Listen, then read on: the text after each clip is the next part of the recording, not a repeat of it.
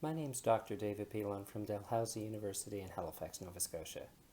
I'd like to thank NEDIC for asking me to share a few thoughts about coping, particularly during these difficult times. For most of my career as a clinical psychologist, I've worked with people who've struggled with eating disorders.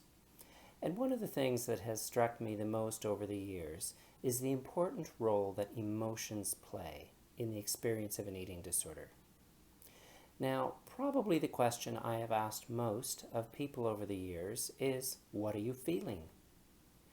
And by far, the response that I would get from folks over many, many years is, I feel fat. Now, I learned a long time ago that it didn't make any sense to debate with people that fat, technically, is not really an emotion. It's not a feeling.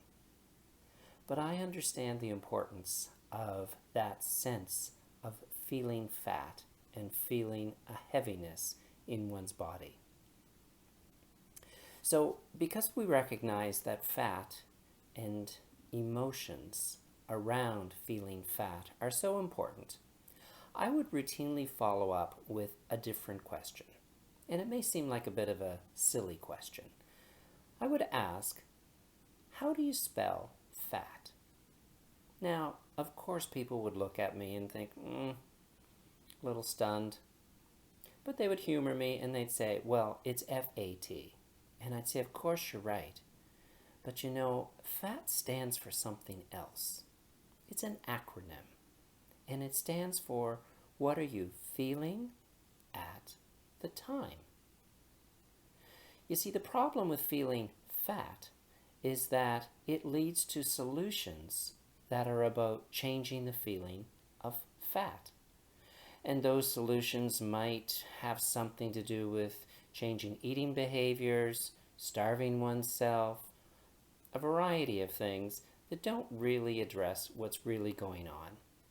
Because we always know that at the heart of an eating disorder, as we often say, it's not what you're eating, but what's eating you. And chances are there are other emotions, perhaps sometimes very strong, powerful emotions that people are experiencing at the time. So it's important to ask yourself the question, particularly when you're feeling fat, what else might you be feeling at the time? Perhaps you're feeling sadness. Perhaps you're feeling lonely. Perhaps you're feeling shame. Perhaps you're feeling a sense of loss. Perhaps you're feeling confusion. There are so many other feelings that people can be experiencing that really can have a central role in the development and maintenance of an eating disorder. And you know, it's really important to keep in mind that feelings, that emotions, they always have integrity. They're always right. No one can say to us, you shouldn't feel that way, or that's not right to feel that. If we have a feeling, it simply is right. It is true. It has integrity.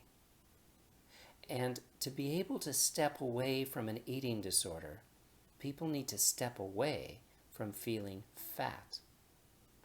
So my encouragement is to ask yourself, what am I really feeling at the time when I feel fat? And start there with whatever the emotion is. Label it, name it. There can be something hugely important simply by doing that. Write about it, journal about it, talk about it with a friend. Start there. Because the road to recovery will only be successful when people can get beyond feeling fat to get to that place where whatever else they may be feeling, whatever else they might need to focus on, and the origins of that are acknowledged and addressed. So never forget that recovery is always possible. There's hope around every corner. I wish you well on your journey to recovery.